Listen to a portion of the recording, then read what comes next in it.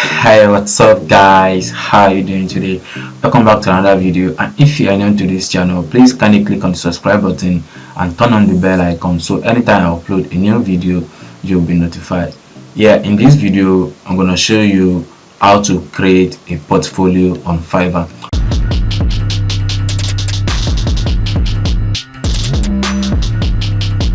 So recently today I was going through all my subscribers videos and I noticed an update from Mike Nandi, which I actually subscribed to his channel, and I noticed that he asked this kind of question which says that if a potential buyer asks you to send sample of your work without you giving any information on the project or what they need help with, so will you send the samples? So then different kind of people actually talk about what they think about the old stuff. Then this my own says about the old stuff. Then there is a girl that actually asked a question which says that how to create a portfolio on Fiverr. So I'm trying to look at the girl. Sorry, trying to check out the profile. So yeah, so this is the question. So she asked, could you do a video on how to build a portfolio? So I was just like, the kind of video is not actually much on YouTube, so I think if I could create a video like that, so definitely it will help a lot of people. So I also talk about the whole stuff which says that if you are a graphic designer, there are some websites where you can upload your designs such as Behance, and if you are a writer you can upload some of your works to Google Drive. So that's why I actually commented on the post. So then I think that I had to make a video that actually discuss more details about the old stuff. So I make some research and I noticed that Fiverr actually talk about creating a portfolio with two different steps, which the first one says that creating a live portfolio and a project for portfolio. So then the live portfolio says that your live portfolio is an important feature that allows a buyer to see the works we have done on Fiverr. Buyer loves seeing examples before ordering, so we strongly recommend having an active live portfolio for your gigs. So then I want to see some people that actually commented on this post, what they actually say. So some people say that some buyers actually have some people who contact you on Fiverr. Probably you might have experienced such of things. So they contact you on Fiverr and ask you to send some samples. Meanwhile, they are kind of like your competitors on Fiverr with the same niche. So they are trying to get some of your work so that they'll be able to show to some buyers. So like this one says, I am brand new to Fiverr. Someone messaged me the other day for a custom proofreading order. He wanted to pay $10 for 6,000 words. He agreed because he really need the job. So they didn't want to accept. He said the client didn't want to accept the offer. He wanted to send me the file by email. I initially agreed, but I had second thought. I'm glad I did because it was most likely a scam. Moral of the story: be very careful and definitely allow your gut. So different type of things that people actually say about it. So this one says that I just reply by sharing my gig link and explaining what I can offer them and ask about their project needs. So but my own say is that if a buyer does not discuss about the whole project with me, definitely I don't have any reason to send such buyer my any example. So this is what I say.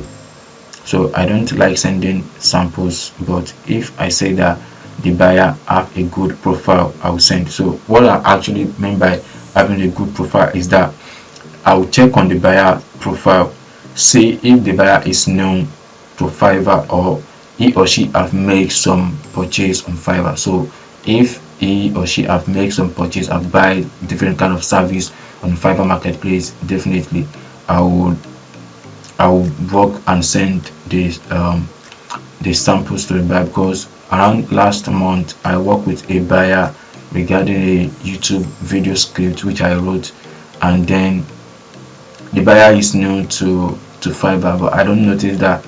So I just go ahead and then I go ahead and work on the project. So the project cost like 200 bucks. So after working on the project, the buyer did not respond. I tried to message but no response. So then I deliver the job. The project actually automatically complete. Then after like 3 or 4 days, I noticed that Fiverr charged back the money for my balance, which I will be receiving like 160 bucks with without the commission fee from Fiverr. So then I try to locate the buyer YouTube channel, contact her on Instagram. Then I noticed that she's actually scammed me. So I worked, everything lost, like the money, the stress and everything. I lost everything. So then since then I've been cautioned, and then there is no way sort of thing cannot happen. I understand that. So then that's just my own personal story. Then I noticed that this way, yeah, the first live portfolio. So to disable your live portfolio and keep your delivery private, so we don't actually need that.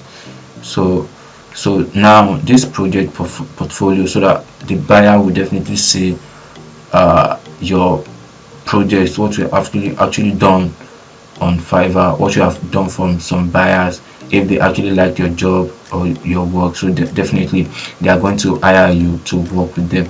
Then I try to search through this method, but unfortunately I could not see something like this, which of course I go to my profile, I can't found anything like portfolio section. So I don't know what's actually wrong. Probably this is not for a new seller. And also I check on my other level 2 buyer seller account, but unfortunately I didn't see something like this. So but then, so I do some research and I found some other ways in which you can actually use to showcase your project on Fiverr, so that buyer can see. And if you are kind of like into something like graphics design of a thing, so there are some websites in which Fiverr actually allow you to use and also apply the links to your Fiverr gig description. So there is no any penalty for that.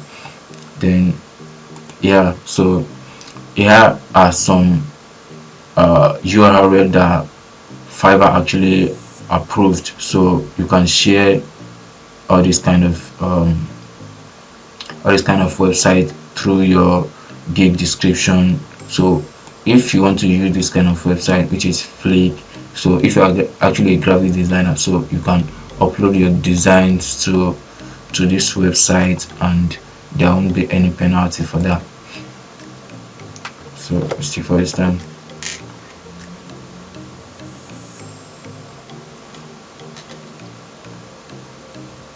so here you can check on some different kind of designs, because if you check on some people, some sellers on graphic design of a thing, you will see that they actually have some link like this. Some people will have Behance, some people will have Flick, so it actually depends.